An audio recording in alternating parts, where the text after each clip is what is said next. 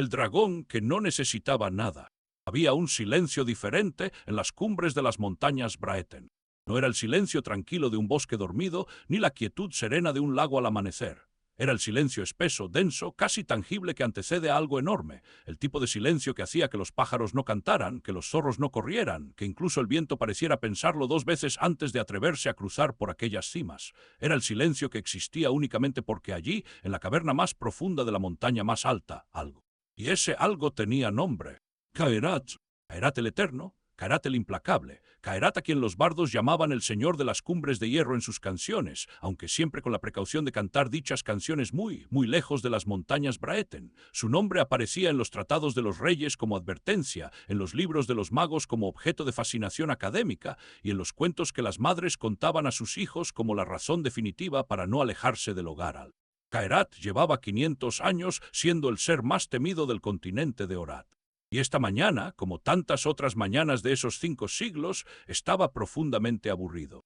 Echado en el centro de su caverna, un espacio tan enorme que en su interior habría cabido cómodamente un castillo mediano, con sus torres y sus patios y probablemente también su aldea adyacente, rodeado de montañas de oro que llegaban hasta el techo de piedra, monedas de 20 reinos distintos, muchas de reinos que ya no existían, copas engastadas con rubíes del tamaño del puño de un hombre adulto, armaduras que habían pertenecido a héroes legendarios. Caerat no miraba nada de eso. Miraba el techo.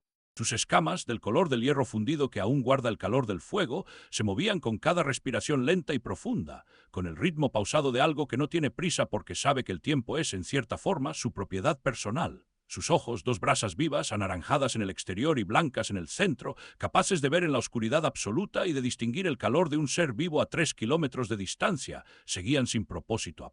Era la 10ª vez esta semana que estudiaba esas venas.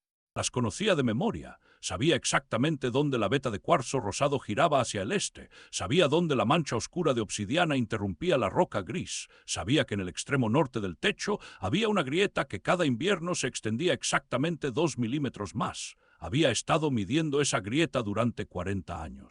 Era lo más interesante que había en su caverna. El problema de vivir 500 años, reflexionó Caerat por la quizás 1000ª vez, era que eventualmente uno agotaba las cosas que le resultaban genuinamente interesantes. Los primeros 100 años habían sido fascinantes. Explorar el mundo, aprender los límites de su propio poder, descubrir que podía volar durante 3 días sin cansarse, que su fuego era capaz de fundir granito, que su memoria era perfecta y absoluta. Los segundos 100 años habían sido. Los siguientes 300 años habían sido repetitivos.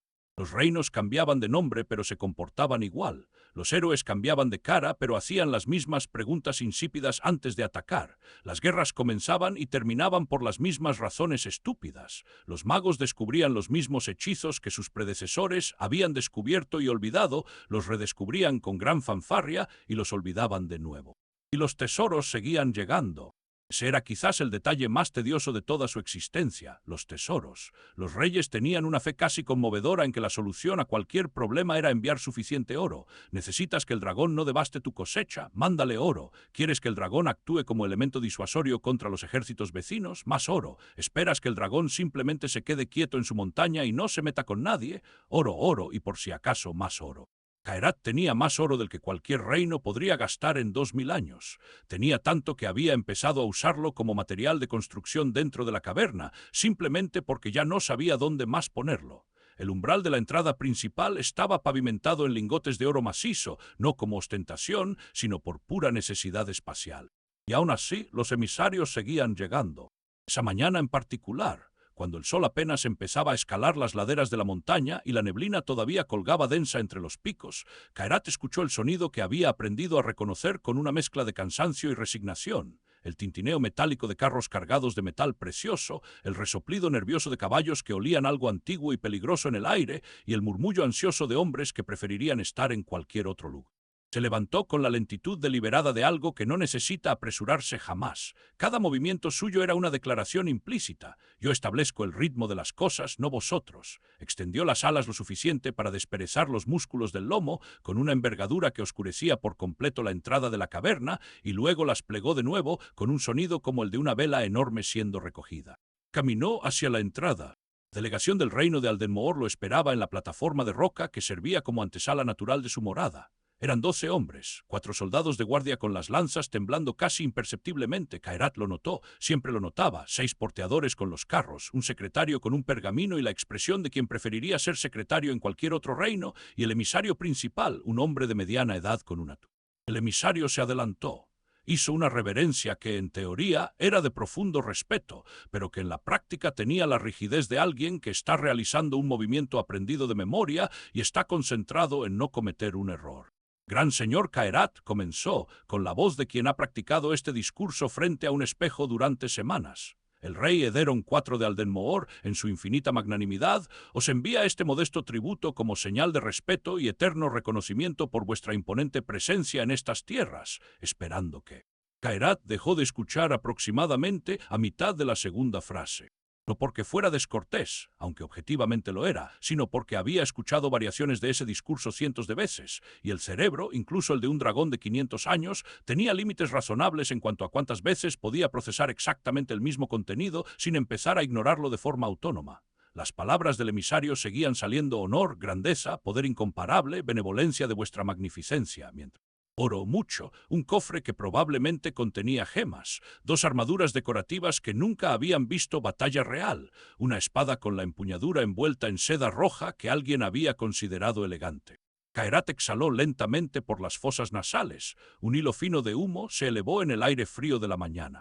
El emisario terminó su discurso con una floritura verbal que claramente consideraba su mejor línea, algo sobre el eterno brillo de vuestra gloria iluminando los cielos de Aldenmoor por generaciones venideras. Luego se quedó en posición de reverencia, esperando. El silencio se extendió.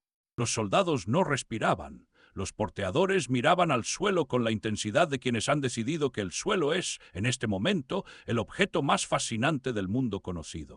No dijo Caerat una sola palabra, pronunciada sin crueldad, sin énfasis dramático, con la misma intonación tranquila con la que un hombre podría declinar una segunda porción de sopa. El emisario levantó la cabeza, parpadeó. Gran señor, no necesito más tesoros. Caerat movió levemente la cabeza hacia los carros con un gesto que en un humano habría sido casi un encogimiento de hombros. Llevadlos de vuelta. El secretario miró su pergamino con la expresión de quien sospecha que ha cometido un error fundamental en el protocolo, pero no sabe exactamente cuál. El emisario abrió la boca, la cerró y luego, porque era un hombre que había llegado a su posición siendo tenaz, la abrió de nuevo. Si es que quizás el gran señor desearía especificar otros términos de...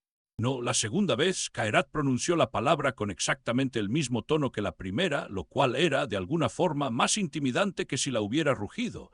No tengo términos, no quiero nada, podéis marcharos. Hubo una pausa larga. El emisario miró los carros, miró a Caerat, miró los carros de nuevo con la expresión dolorida de alguien que ha arrastrado ese peso cuesta arriba durante 3 días y genuinamente no entiende qué se supone que debe hacer ahora. Llevamos el oro de vuelta al rey. Eso sería lo más lógico, sí.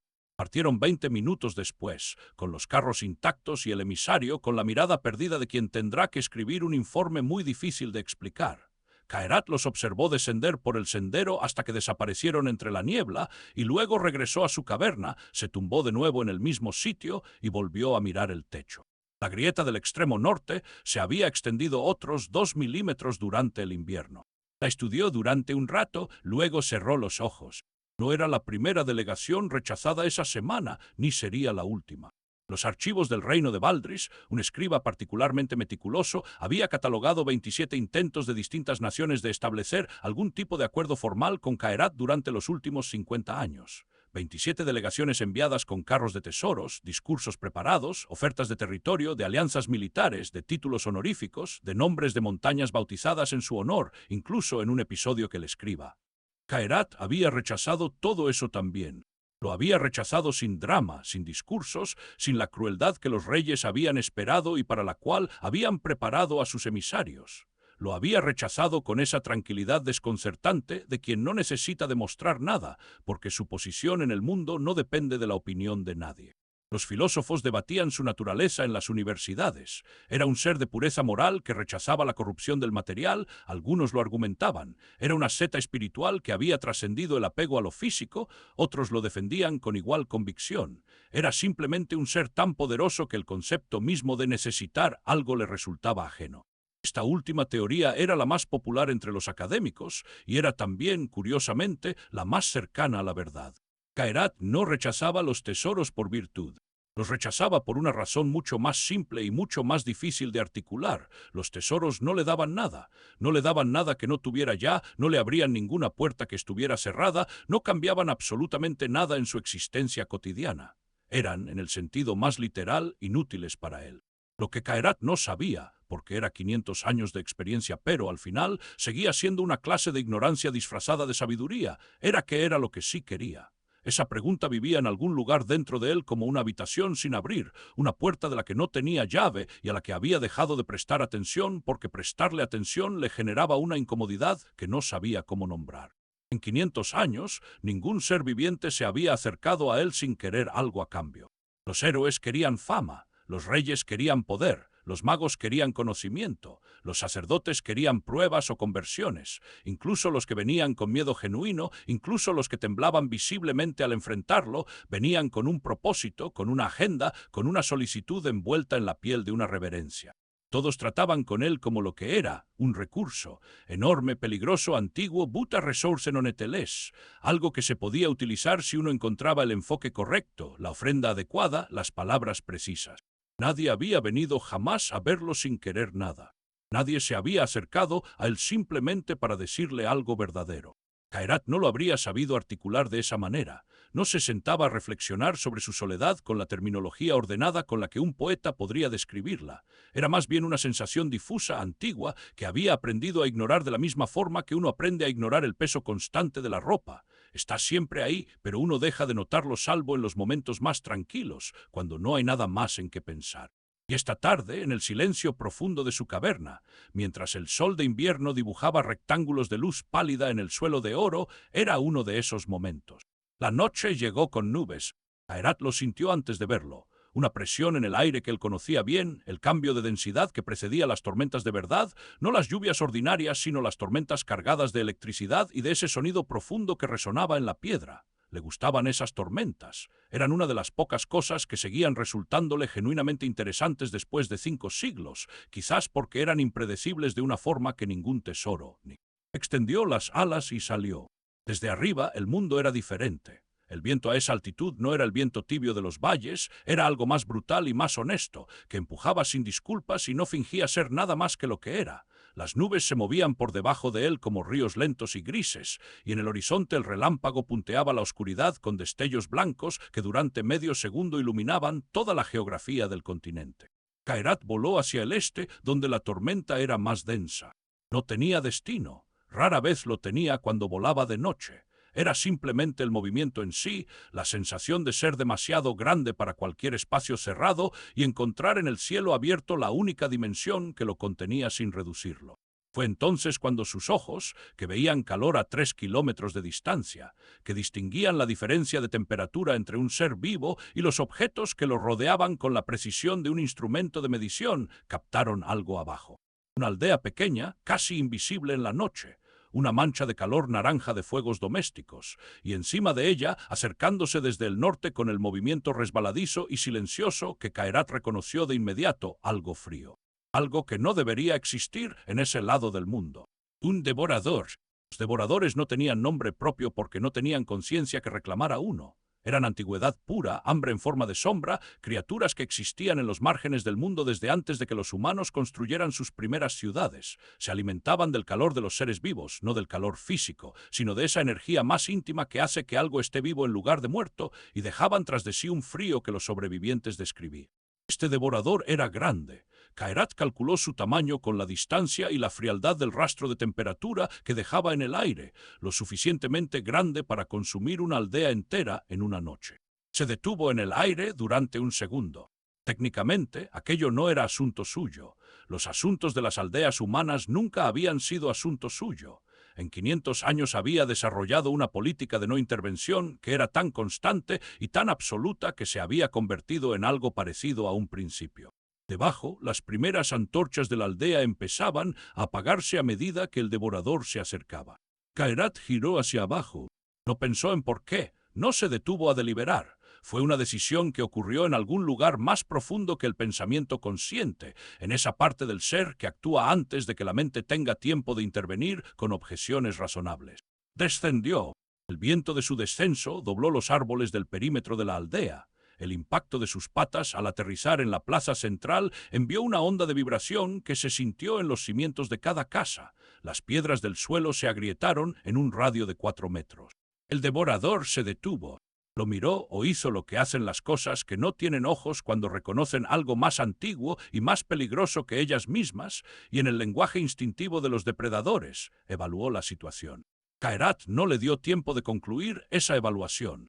Abrió las fauces y exhaló, no fuego, sino algo anterior al fuego, algo que existía desde antes de que el fuego tuviera nombre, un aliento oscuro y frío que era, paradójicamente, el polo opuesto del frío vacío del devorador.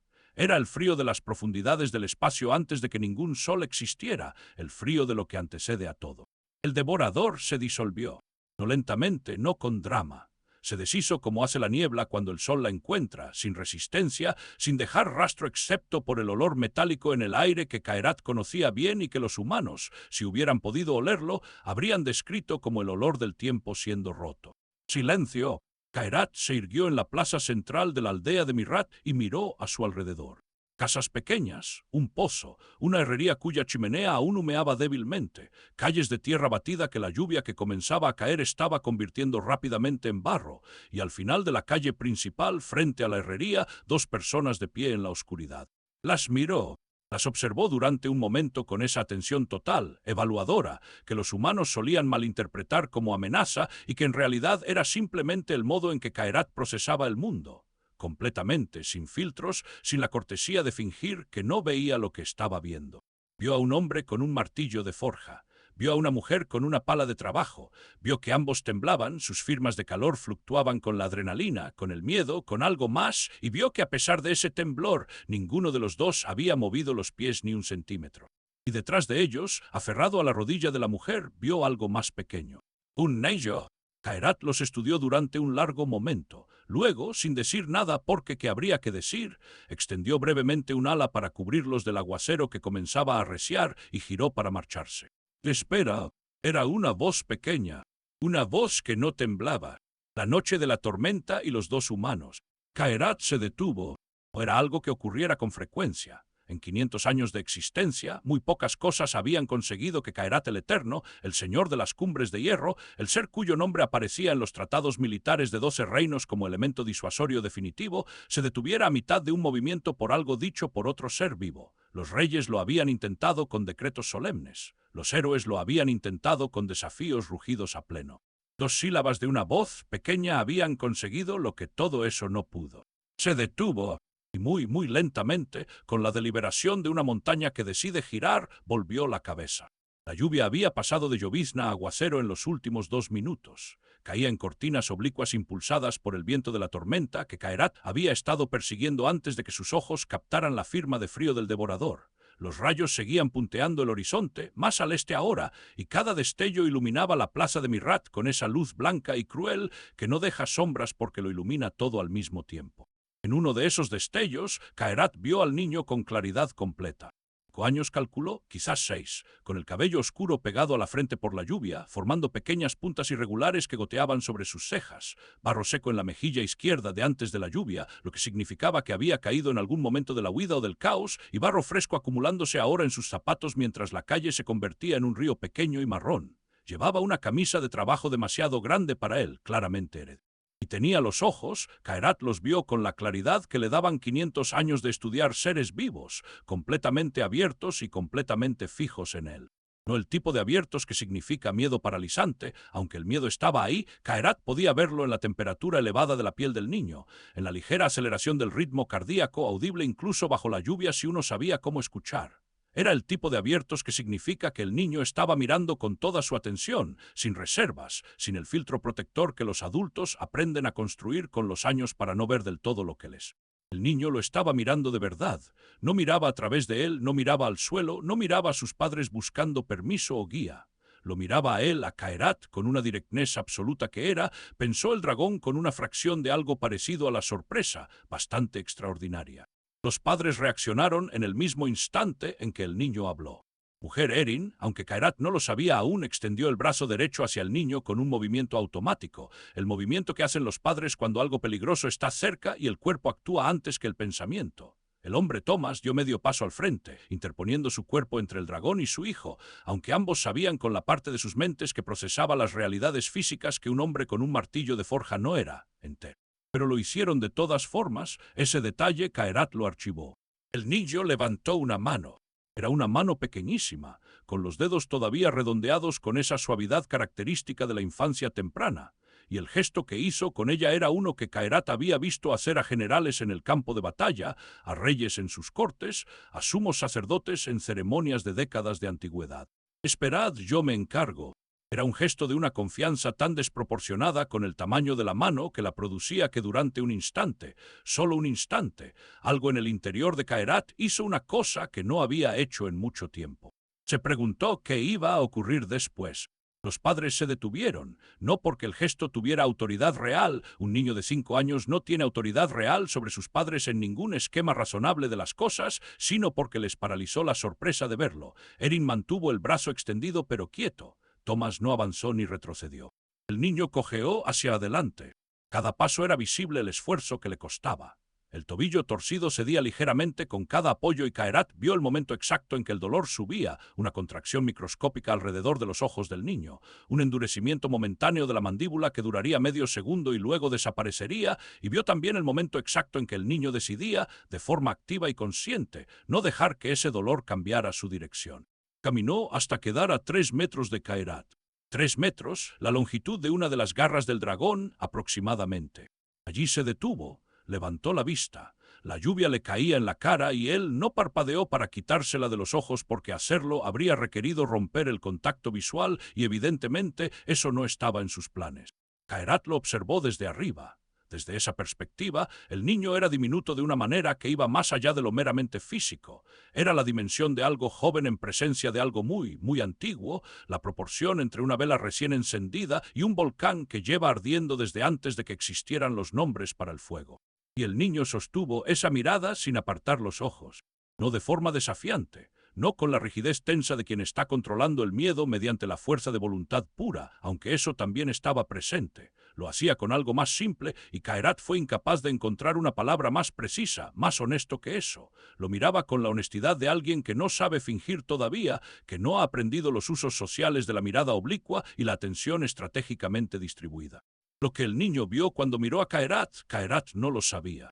Lo que Kairat vio cuando miró al niño era esto: un ser pequeño, físicamente vulnerable, evidentemente asustado y completamente sin intención de retroceder. El silencio entre ellos se extendió durante un tiempo que no habría sido fácil de medir. La lluvia caía, los rayos seguían pintando el cielo en el este. Detrás del niño, sus padres esperaban con la quietud tensa de quienes han decidido confiar en algo que no comprenden del todo, pero que en este momento específico es lo único disponible. Fue el niño quien habló primero, naturalmente. «Eres el dragón que se fue volando». La pregunta llegó a Kairat con esa desorientación suave que produce lo completamente inesperado. No era una pregunta que hubiera anticipado. En 500 años, los humanos le habían preguntado muchas cosas: su nombre, su precio, su poder, sus condiciones, sus debilidades. Ninguno le había preguntado jamás con esa neutralidad práctica si era el dragón que se había ido volando. Como si la categoría más relevante en ese momento no fuera dragón peligroso y antiguo, sino simplemente el individuo que acaba de estar aquí.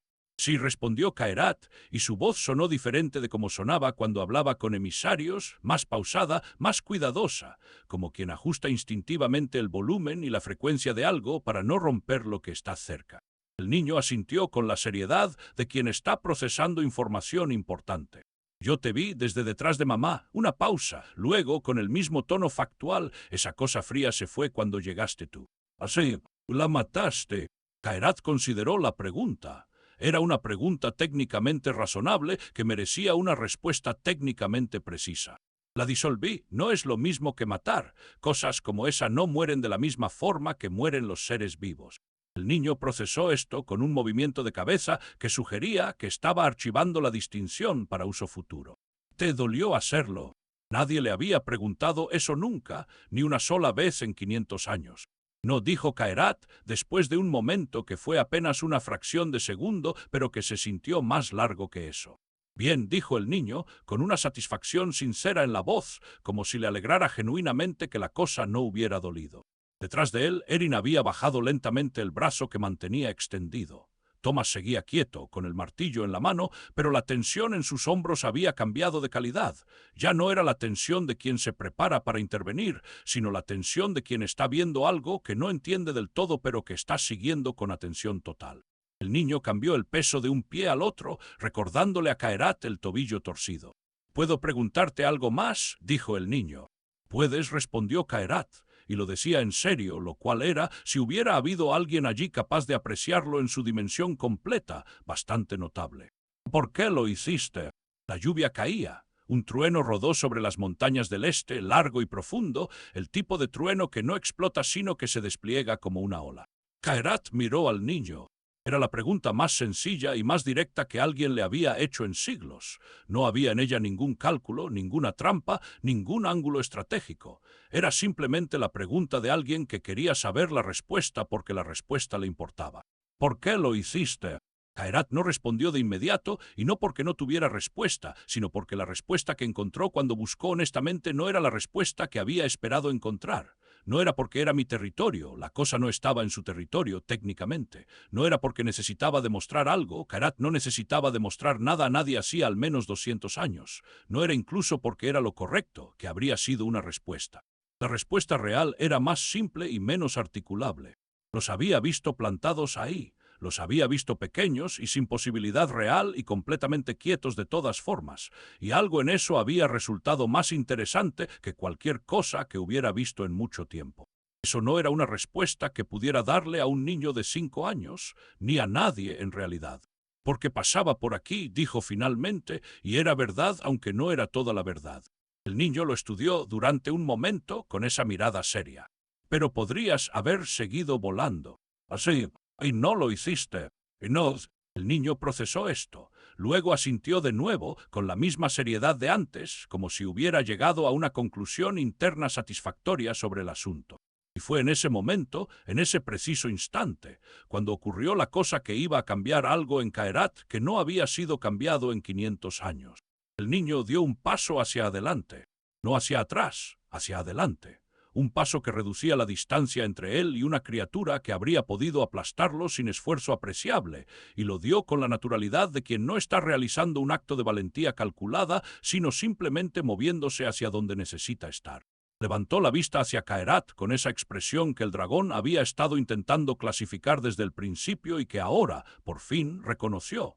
Era la expresión de alguien que tiene algo que decir y que va a decirlo porque necesita decirlo, independientemente de las circunstancias o de quién esté escuchando. Abrió la boca, y antes de que dijera una sola palabra, Erin dio un paso adelante también. «Pip», dijo, con la voz suave pero firme de una madre que está a punto de intervenir en algo que no está segura de cómo va a terminar. El niño Pip volvió la cabeza hacia su madre y le lanzó esa mirada específica que existe en todas las culturas, en todos los idiomas, en todos los períodos de la historia humana. La mirada que dice «Mamá, por favor, déjame hacer esto». Erin cerró la boca. Thomas puso una mano en el hombro de su mujer. Pip volvió a mirar a Caerat. En sus ojos, Caerat lo vio con absoluta claridad, un esfuerzo real, no el esfuerzo de controlar el miedo, aunque eso también estaba presente. Era el esfuerzo de asegurarse de que lo que iba a decir saliera correctamente, de que las palabras que escogiera fueran exactamente las palabras que quería usar. Era el esfuerzo de alguien que entiende, de alguna forma intuitiva y profunda, que este momento importa y que las palabras que se dicen en los momentos que importan. El niño tomó aire y dijo, con esa voz clara y directa que solo tienen los niños cuando dicen exactamente lo que sienten, sin capas, sin mediaciones, sin el filtro que los años instalan entre el sentimiento y la expresión. «Gracias por salvar a mis papás». El mundo siguió existiendo después de esas palabras. La lluvia continuó cayendo, los truenos siguieron rodando sobre las montañas, el barro siguió acumulándose en los zapatos del niño y en las grietas entre las piedras de la plaza. Pero algo, en algún lugar dentro de Caerat, se detuvo. Se detuvo de la misma forma en que se detiene un mecanismo que llevaba tanto tiempo en movimiento que había olvidado que era posible detenerse, con una especie de sacudida interna, pequeña pero profunda, como el primer crujido de una grieta en una pared que parecía sólida. 5 siglos, 5 siglos de existencia, de poder, de gold acumulado hasta el techo, de reyes enviando emisarios, de héroes gritando desafíos, de magos formulando propuestas, de sacerdotes recitando invocaciones. 5 siglos de interacciones con seres humanos, cientos de ellas, quizás miles si contaba los encuentros breves, los encuentros de paso, los momentos en que había cruzado el cielo sobre alguna ciudad y había escuchado desde arriba el murmullo de voces mirando. 5 siglos, y nadie en todo ese tiempo le había dicho eso. No exactamente eso, no con esa simplicidad tan absoluta, sin ornamentos, sin estrategia, sin la sombra de un propósito posterior. Gracias por salvar a mis papás. 6 palabras que no pedían nada, no negociaban nada, no abrían ninguna puerta hacia un favor futuro. 6 palabras que eran exactamente lo que parecían ser y nada más. El agradecimiento de alguien a quien le habían devuelto algo que no podría haber recuperado solo. Caherat no se movió durante un tiempo. Era un tiempo que para un humano habría sido quizás 10 segundos, quizás 15. Para Caherat, que procesaba el tiempo de forma diferente, fue algo más difícil de medir. Era el tiempo que necesitó para revisar, de forma casi involuntaria, todo lo que había descartado en 5 siglos como irrelevante o insuficiente o simplemente sin interés. Cada delegación rechazada, cada tesoro devuelto, cada conversación que había terminado antes de que realmente comenzara, porque Caherat había visto en los primeros 5 segundos que el ser frente a él quería algo y que todo lo que diría a continuación estaría orientado hacia ese querer. Y ahora este niño, con el cabello mojado y el tobillo hinchado y los zapatos llenos de barro, que no quería absolutamente nada excepto que Caherat supiera que lo que había hecho había importado. El dragón miró al niño. El niño lo miraba de vuelta, con esa atención total que no pedía respuesta pero que tampoco se apartaba, que simplemente estaba ahí, presente y completa como muy pocas cosas en la existencia de Caherat habían estado presentes y completas. Y entonces ocurrió algo que tampoco había ocurrido en mucho tiempo. Caherat sintió curiosidad. No la curiosidad académica y distante con la que estudiaba las grietas del techo de su caverna o calculaba la trayectoria de los eclipses. Una curiosidad diferente, más viva, más directa. La curiosidad de querer saber más sobre esto, sobre este ser específico que había hecho algo que nadie había hecho en 5 siglos. Bajó la cabeza. Lo hizo despacio, con la misma deliberación cuidadosa con la que había ajustado su voz antes, calibrando el movimiento para que fuera lo que era, un acercamiento, no una amenaza. Bajó la cabeza enorme hasta que quedó a la altura del niño, hasta que entre sus ojos de brasa y los ojos oscuros de Pip no había más que un brazo de distancia. Detrás del niño, Erin ahogó un sonido. Thomas se tensó, pero ninguno de los dos se movió, quizás porque algo en la lentitud del movimiento de Caherat les comunicó lo que el dragón no habría sabido explicar en palabras, que este era un acercamiento, no un ataque. Pip no retrocedió. Por supuesto que no. Caherat lo observó desde esa distancia cercana. Vio las pecas sobre la nariz del niño, la pequeña cicatriz en el mentón que hablaba de una caída anterior, la forma en que las pestañas mojadas se agrupaban en puntas. Vio los ojos del niño, castaños, con un punto dorado hacia el centro que no había notado desde lejos, que lo miraban sin parpadear más de lo necesario. ¿Cómo te llamas?, preguntó Caherat, y su voz salió en un registro que no había usado en décadas, quizás en siglos. No el registro de poder que usaba con los emisarios, ese tono que se sentía en el pecho de quien lo escuchaba como si estuviera dentro de una campana. Este era más suave, más conversacional, como si estuviera hablando con un igual, lo cual era, consideradas las circunstancias, objetivamente absurdo. Pero era lo que era. Pip, dijo el niño, con esa misma naturalidad directa, Pip Alberson y tú. Erin hizo otro sonido ahogado. Thomas cerró los ojos brevemente. Pip esperó. Caherat tardó un momento en responder, no porque la pregunta lo hubiera sorprendido, bueno, si lo había sorprendido, pero era el tipo de sorpresa que se resuelve rápidamente, sino porque estaba notando algo que no había notado en la pregunta de ningún emisario en 500 años. El niño le había preguntado su nombre de la misma forma en que él le había preguntado el suyo, no con reverencia, no con el cuidado exagerado de quien pronuncia un nombre peligroso, con la misma naturalidad práctica con la que uno pregunta el nombre de cualquier ser con quien acaba de tener una conversación, como si fueran simplemente dos personas conociéndose. Caherat, respondió el dragón. Pip lo consideró durante un segundo con esa seriedad característica. Ese nombre es difícil, opinó, con la honestidad directa de la infancia que evalúa las cosas por su utilidad práctica. Sí, admitió Caherat, lo es. Y en ese momento, bajo la lluvia de una tormenta de invierno en una aldea pequeña e irrelevante llamada Mirat, con el barro acumulándose en las calles y los truenos alejándose hacia el este, el dragón más antiguo y más temido del continente de Orat hizo algo que no había hecho en más de 200 años. Sonrió, o algo que era lo más cercano a una sonrisa que podía producir una cara diseñada por la naturaleza para la imposición del terror.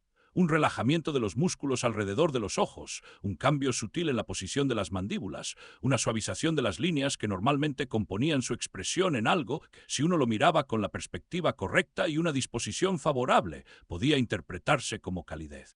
Pip lo vio y respondió con la sonrisa sin complicaciones de un niño que no tiene razones para no sonreír. Erin y Thomas, desde donde estaban, observaron esta escena con la expresión de dos personas que están presenciando algo para lo que no existe ningún marco de referencia disponible en su experiencia previa. La lluvia seguía cayendo. El niño y el dragón se miraban el uno al otro en la plaza encharcada de Mirat, y había entre ellos algo que no tenía nombre establecido en ningún idioma de los 27 que Caerat conocía, algo que era nuevo de una forma que las cosas muy rara vez son nuevas después de 5 siglos. Caerat buscó en su interior, en ese lugar donde guardaba las categorías y clasificaciones de un milenio de observación, y no encontró nada bajo lo cual archivar esto. Lo dejó sin archivar. Era una sensación extraña y no del todo incómoda. Fue Thomas quien rompió finalmente el silencio, con la voz de un hombre que ha tomado una decisión que probablemente va en contra de todo instinto de autopreservación, pero que considera que las circunstancias la justifican. Señor Caerat, su voz era firme, lo cual Caerat notó y archivó como un detalle que hablaba bien de él. Nosotros, mi familia y yo, no tenemos palabras suficientes para lo que hicisteis esta noche, ni oro que os podamos ofrecer, solo esto. Hizo una reverencia, corta, directa, sin los adornos del protocolo cortesano. Erin hizo lo mismo, y luego, porque los Alberson evidentemente hacían las cosas juntos, Pip también se inclinó, aunque su versión de la reverencia fue una inclinación de cabeza más que de cintura, ejecutada con la misma seriedad con la que había hecho todo lo demás esa noche. Caerat los observó. ¿Lo esto? Thomas lo había dicho con una especie de disculpa implícita, como si el no tener oro que ofrecer fuera una deficiencia de la que avergonzarse. No entendía, pensó Caerat, que esto era exactamente la diferencia, que esto, la reverencia directa de 3 personas que no tenían nada que ganar y nada que perder, y que aún así se inclinaban porque sentían que debían hacerlo, era algo que ningún carro de oro había conseguido producir en él en 5 siglos. Pero eso no era algo que pudiera explicarle a Thomas Alberson en la plaza encharcada de Mirat a medianoche bajo la lluvia. No me debéis nada, dijo Caerat, y lo decía en serio, aunque las palabras sonaran como el tipo de cosa que se dice por cortesía. Sonaban así, pero eran verdad. Pip, que estaba escuchando todo esto con esa atención completa característica suya, frunció el ceño. Pero tú salvaste a mis papás, dijo, con el tono de quien señala una contradicción lógica evidente. Eso es mucho. Sí, concedió Caerat, lo es. Entonces algo te debemos, insistió el niño, con una lógica que era, en sus propios términos, absolutamente infalible. Caerat lo miró. En algún lugar dentro de él, en esa habitación sin abrir que llevaba siglos ignorando, algo se movió de nuevo, con ese movimiento de cosa que se asienta en su lugar correcto después de haber estado mal colocada demasiado tiempo. Ya me lo disteis, dijo. Pip parpadeó. ¿Cuándo? Hace un momento. El niño lo pensó. Y Caerat vio el instante exacto en que Pip llegó a la conclusión correcta. Sus ojos se ampliaron ligeramente, no con sorpresa dramática, sino con el reconocimiento tranquilo de quien entiende algo que antes no entendía. ¿Las gracias?, preguntó en voz baja. Las gracias, confirmó Caerat. Pip lo miró durante un momento largo, luego miró a sus padres y luego volvió al dragón, y dijo, con una simplicidad que cortó limpiamente a través de todos los 5 siglos de distancia entre ellos. Nadie te las había dicho antes, ¿verdad? El trueno lejano rodó sobre las montañas. La lluvia caía más suave ahora, pasando del aguacero a algo más parecido a una caricia persistente. Caerat no respondió de inmediato. No necesitó hacerlo. El silencio fue respuesta suficiente y Pip era lo suficientemente perceptivo para leerlo. El niño asintió con esa seriedad tan suya, y en su cara pequeña, mojada por la lluvia, Caerat vio algo que no esperaba ver, no lástima, lo cual habría sido insoportable, sino algo más parecido a la comprensión, a esa forma particular de comprensión que tienen los niños cuando entienden algo sobre el mundo que los adultos a su alrededor no han notado o han dejado de notar. Pues bien, dijo Pip, con la conclusión práctica de alguien cerrando un asunto pendiente, ya lo sabes. Lo que nadie había dado al dragón. Pues bien, ya lo sabes. Las palabras del niño se quedaron suspendidas en el aire húmedo de Mirat como lo hace el humo de una vela recién apagada, visibles por un instante, cambiando la calidad del aire que las rodeaba y luego disueltas en algo que ya no podía verse pero que seguía estando presente de alguna forma que no tenía nombre técnico pero que era perfectamente real. Caerat permaneció quieto. Eso no era inusual. Caerat era perfectamente capaz de permanecer quieto durante horas, días si la ocasión lo requería. Había pasado semanas enteras sin moverse en su caverna, estudiando la piedra del techo o escuchando el movimiento del viento sobre la montaña con la paciencia de algo que sabe que el tiempo trabaja para él y no al revés. Pero esta quietud era diferente.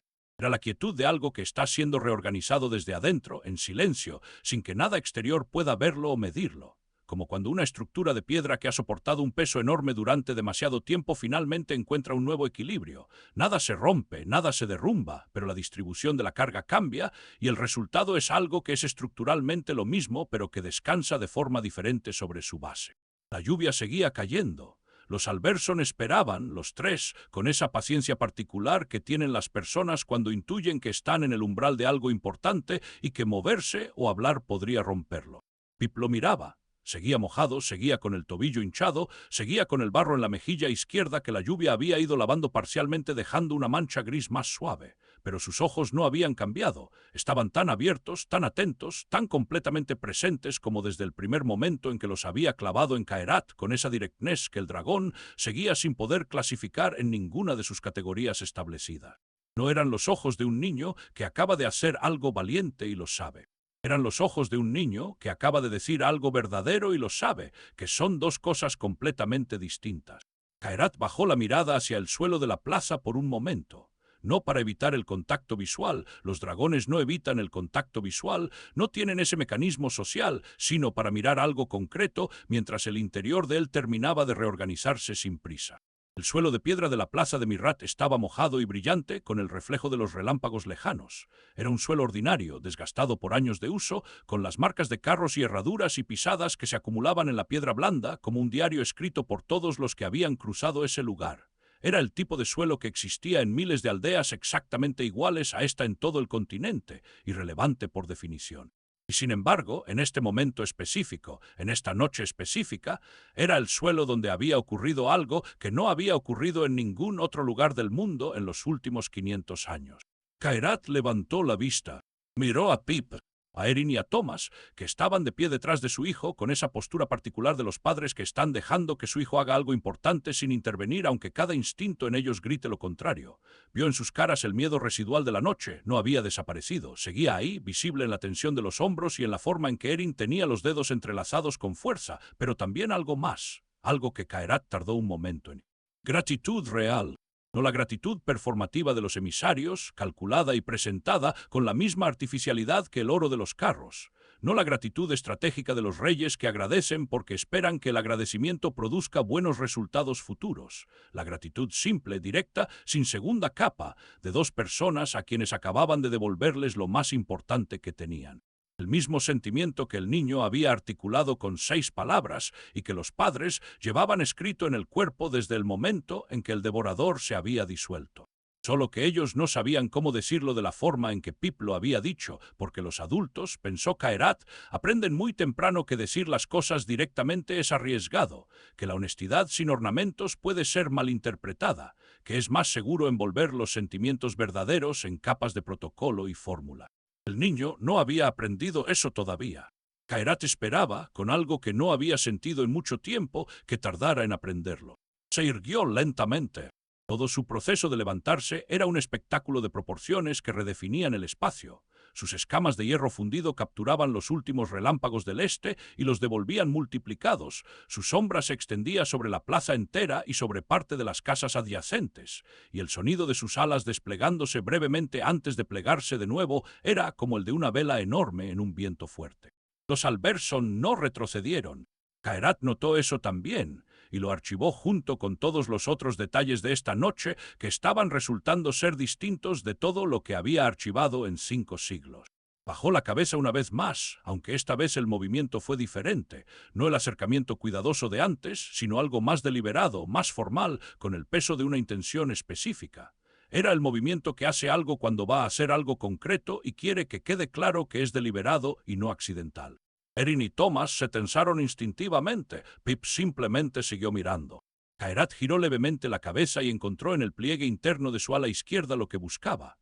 Una escama que había sentido aflojarse durante la semana pasada, lo cual ocurría periódicamente en los dragones de su edad, la forma en que el cuerpo renueva las capas exteriores con la misma inevitabilidad con que los árboles renuevan sus hojas, aunque en un ciclo incomparablemente más lento. La presionó con una garra cuidadosa, con la precisión de algo que era del tamaño de la palma de una mano adulta, del color del hierro en el momento exacto en que sale del fuego, ese gris azulado que tiene un brillo interno que no depende de la luz exterior. En sus bordes, si uno los miraba con atención, podía verse una textura que era simultáneamente perfectamente regular e imposiblemente compleja, como la geometría de algo que había sido hecho por un proceso más antiguo y más paciente que cualquier artesanía humana. La depositó en el suelo frente a la familia, con la delicadeza de quien coloca algo frágil, aunque la escama era todo lo contrario de frágil. Para que sepáis que Caerat recuerda, dijo. El silencio que siguió tenía una textura diferente al silencio anterior. Era más lleno, de alguna manera, como si las palabras que acababan de pronunciarse hubieran ocupado un espacio que antes estaba vacío. Erin se arrodilló lentamente junto a la escama. La miró sin tocarla durante un momento, como si necesitara primero establecer que era real. Luego la levantó con ambas manos, con el cuidado instintivo que la gente reserva para las cosas que intuye son importantes, aunque no sepa exactamente cómo calibrar esa importancia. Su peso la sorprendió. No era ligera como parecería algo de ese tamaño, sino densa, con la solidez discreta de un metal bien forjado. La sostuvo con las manos abiertas y la miró, y luego miró a Caerat, y en su cara había esa expresión específica de las personas que están buscando palabras y no las encuentran en ningún idioma disponible.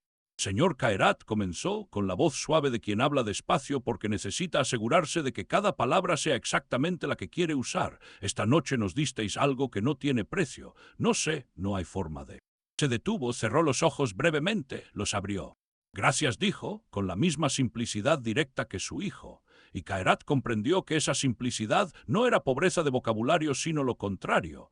Era el resultado de llegar al fondo de lo que se quería decir y encontrar que en el fondo las cosas verdaderas son siempre simples.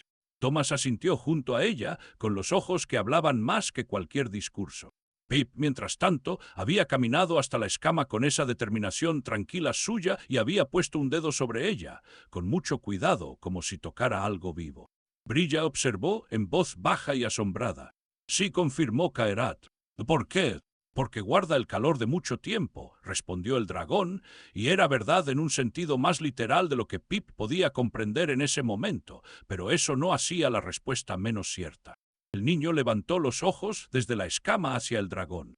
Siempre vas a recordar esta noche. Así, aunque pase mucho tiempo. Los dragones recuerdan todo, pero hay cosas que se recuerdan más que otras. Una pausa, esta noche está entre ellas. Pipa sintió satisfecho con esta respuesta, y luego miró la escama de nuevo con esa expresión que tienen los niños cuando están decidiendo que algo les pertenece, no solo en el sentido de la propiedad, sino en el sentido más profundo de que forma parte de quienes son. Caerat los observó. Los tres al ver son alrededor de la escama en la plaza mojada de Mirat, la lluvia suave cayendo sobre ellos, el fuego de alguna casa cercana proyectando una luz anaranjada que los envolvía en algo parecido a la calidez visible. Era una imagen pequeña, completamente ordinaria en sus componentes, tres personas en una plaza de aldea bajo la lluvia. Y era también, de alguna forma que Caerat no habría podido articular sin que sonara inadecuado para la magnitud de lo que sentía, la imagen más interesante que había visto en mucho tiempo. Se quedó más tiempo del que había planeado.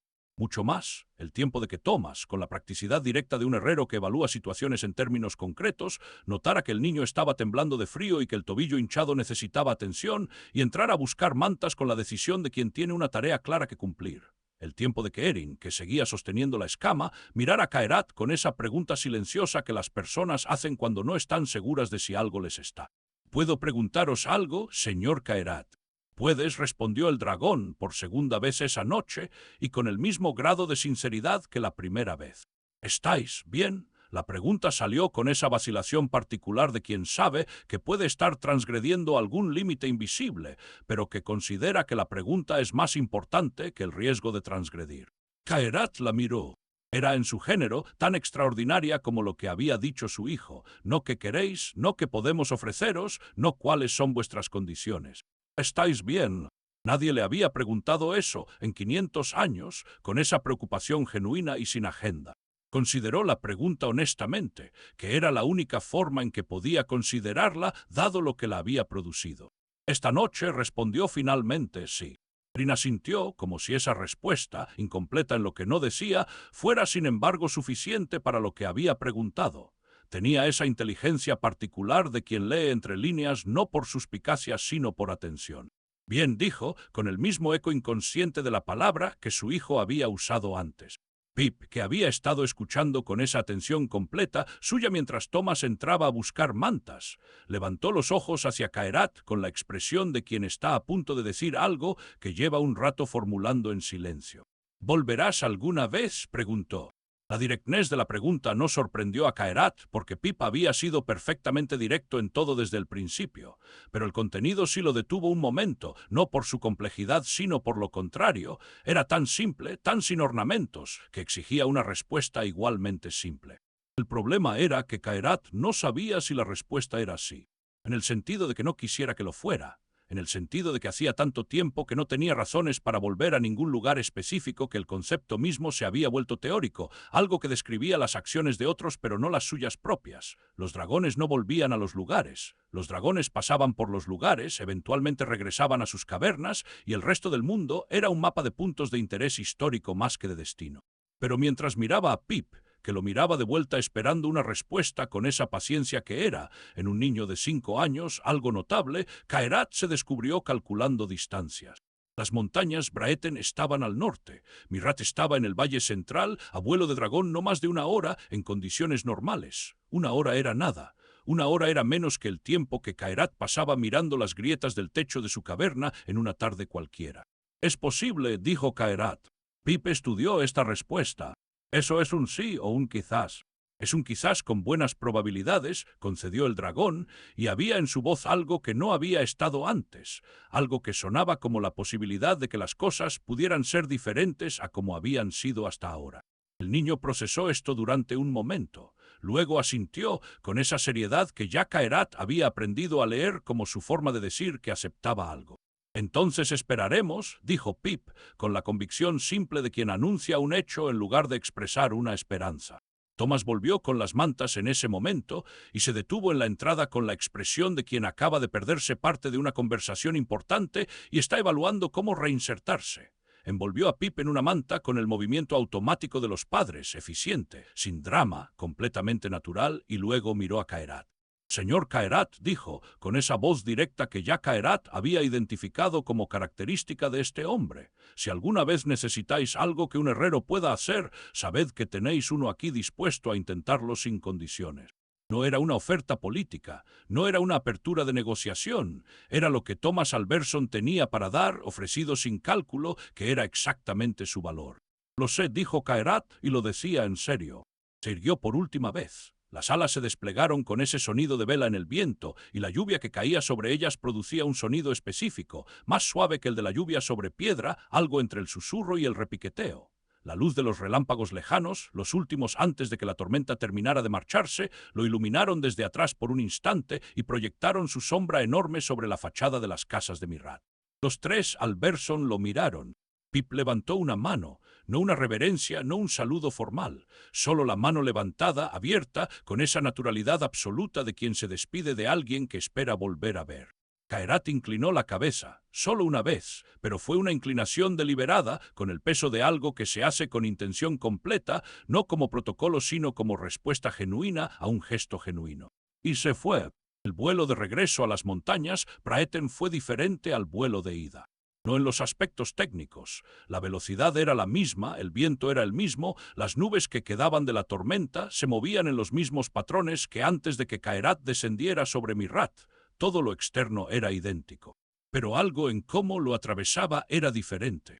Era como la diferencia entre recorrer un camino conocido de memoria, sin prestar atención, y recorrerlo después de que algo haya cambiado tu forma de mirar. El camino es el mismo, pero lo que ves en él es distinto porque tú eres distinto. Kairat volaba y pensaba que era algo que hacía siempre, pero esta vez los pensamientos tenían una dirección que antes no tenían. No giraban sobre sí mismos en los círculos establecidos de 500 años de reflexión repetida. Iban hacia algo. Iban hacia la pregunta que había vivido como una habitación sin abrir durante más tiempo del que podía calcular con precisión, y la encontraban, por primera vez, con la puerta ligeramente entreabierta. ¿Qué quería? La respuesta que había encontrado esa noche no era una respuesta completa. Era más bien el comienzo de una respuesta, el primer hilo de algo que si se tiraba con la paciencia suficiente podría eventualmente revelar un tejido entero, pero era más de lo que había tenido antes, y eso era, en los términos sobrios y sin exageración con que Kairat evaluaba las cosas, significativo. Lo que quería no era el oro, no era el poder, que ya tenía en medida que excedía cualquier uso práctico. No era el conocimiento, que había acumulado hasta los bordes y que seguía creciendo, pero que en algún punto había dejado de llenar el espacio que necesitaba ser llenado. Era esto, o algo de lo que esta noche había sido un ejemplo. Ser visto no como un recurso, sino como un ser. Ser tratado no como un medio, sino como un fin, que lo que hacía importara no porque produjera beneficios calculables para quien lo recibía, sino porque importaba en sí mismo, porque había una vida humana detrás de ese importar, una vida que era específica y concreta y que tenía un nombre: Pip, Erin, Thomas, y un tobillo torcido y una escama ahora sobre la chimenea de una herrería en Mirat. Era tan simple que daba vergüenza no haberlo visto antes. Y era tan difícil de encontrar que 500 años no habían sido suficientes para encontrarlo por sí solo. Llegó a las montañas Braeten cuando el cielo comenzaba a cambiar en el este, ese cambio sutil de negro a azul oscuro que precede al amanecer en media hora antes de que aparezca ninguna luz visible. Las cimas estaban cubiertas de la nieve fresca que la tormenta había dejado y el silencio que guardaban era el de siempre, espeso, antiguo, teñido de algo inmenso. Kairat aterrizó en la plataforma de roca frente a su caverna y permaneció quieto un momento, mirando el horizonte donde el negro comenzaba a ceder. Luego entró. La caverna era exactamente como la había dejado, las montañas de oro, las armaduras en el rincón, los pergaminos, las espadas de colección inútil, todo igual, todo exactamente en el mismo lugar. Pero la forma en que lo miró era diferente. No con desdén, porque el desdén habría implicado que las cosas le importaban lo suficiente para producir una reacción negativa. No con el aburrimiento cronificado de siempre, aunque ese seguía presente de fondo, como lo está el sonido de un río cuando uno lleva suficiente tiempo viviendo junto a él. Lo miró con la perspectiva de alguien que acaba de recibir, sin haberlo pedido y sin haberlo anticipado, una información que reorganiza cómo ve su propia vida. Toda esta acumulación, toda esta riqueza material que llenaba el espacio físico hasta el techo, y en cambio una escama suya del tamaño de la palma de una mano, que esta noche viajaba en los brazos de Erin Alberson hacia una casa pequeña en una aldea irrelevante del Valle Central, valía más que todo lo que había en esta caverna en términos de lo que producía en él. Era un descubrimiento curioso, de los que son obvios en retrospectiva y completamente invisibles hasta el momento en que algo los revela. Se tumbó en su lugar habitual, miró el techo. La grieta del extremo norte, los 2 milímetros nuevos del invierno pasado, las venas de cuarzo rosado que giraban hacia el este, la mancha de obsidiana. Todo igual, pero esta vez, cuando sus ojos encontraron la grieta, en lugar de hacer el cálculo automático de cuánto se habría extendido en primavera, Kairat pensó en algo diferente. Pensó en un niño que había dicho que su nombre era difícil, con el tono práctico y sin malicia de quien simplemente evalúa la utilidad fonética de las cosas.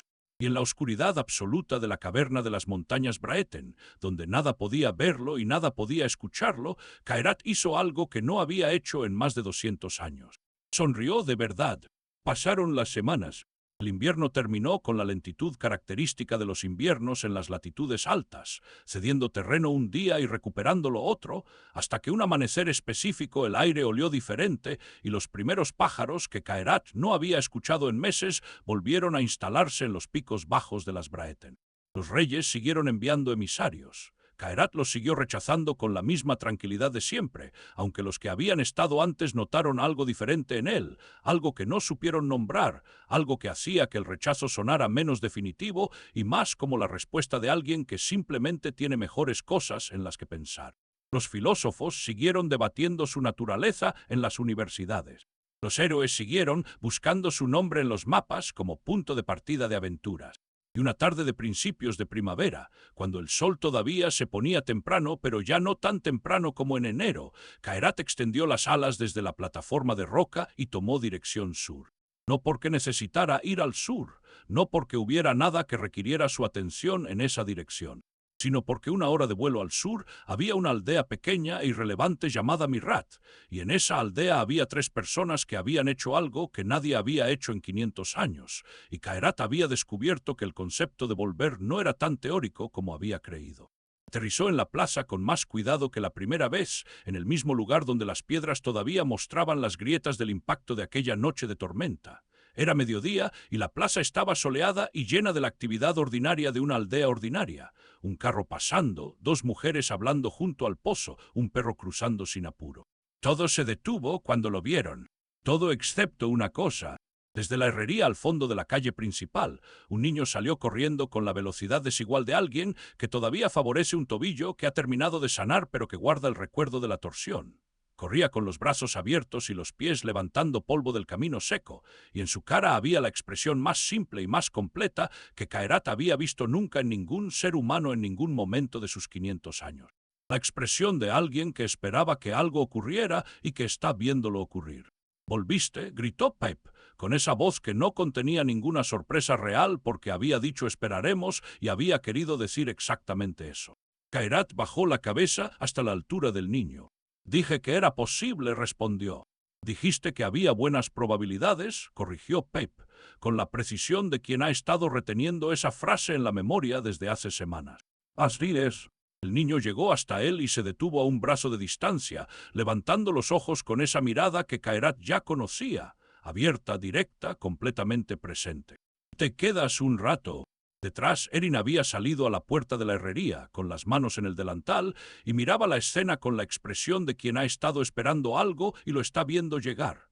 Thomas apareció junto a ella un momento después, con la misma expresión.